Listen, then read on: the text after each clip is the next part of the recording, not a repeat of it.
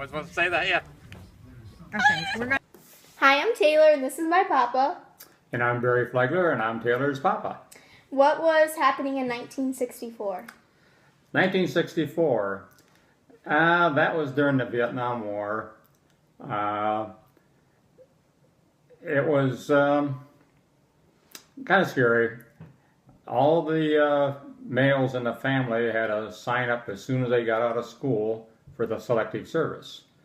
And then it was a draft, so you'd be drafted into the service. And the only way you were exempt is if you were going full-time, or if you was the only male on the farm working on a farm. Otherwise, you was required to join the service. They would draft you, and then you went in automatically. So, even if you were disabled or anything, you still. If you were disabled, but doesn't seem like it was that many disabled people. I don't know. What was your first memory of having to deal with people of color? I guess my first memory would be probably in high school on the wrestling team. In contact with the colored people when we wrestled at Eastern High School. That was my first contact with colored. Was it like weird and different seeing? No, not really. They were just darker than we were. Mm-hmm. Yeah. What was something unique compared to back then and then now? Oh, what was unique? I guess back then, everybody, especially the males, if they weren't going to school, they were working hard. And they were working for a car because everybody wanted a car, to have a shiny new car, and that's what they spent all their money on, What did the words people of color mean to you? What does it mean to me?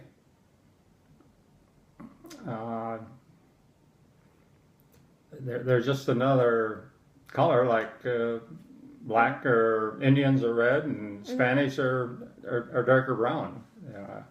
Just that everybody's the same. See, there wasn't many colored people around the Lansing area at that time, or at the St. John's where I went to school. But I do remember when I went to Florida, and that was in the 60s, and they would have separate bathrooms for the colored and the white. I remember that. That was different seeing that? Yeah, it was different. And they wouldn't eat in the same restaurant as what the white people did. Was there just like signs posted up that said they couldn't? Yeah. Oh, that's sad. Yeah.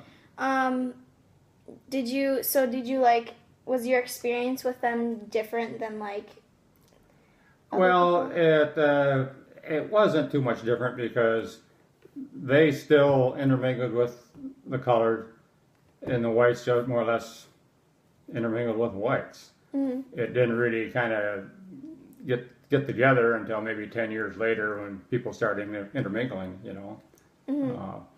So there was no conflicts. The colored, they seemed to stay where they were before.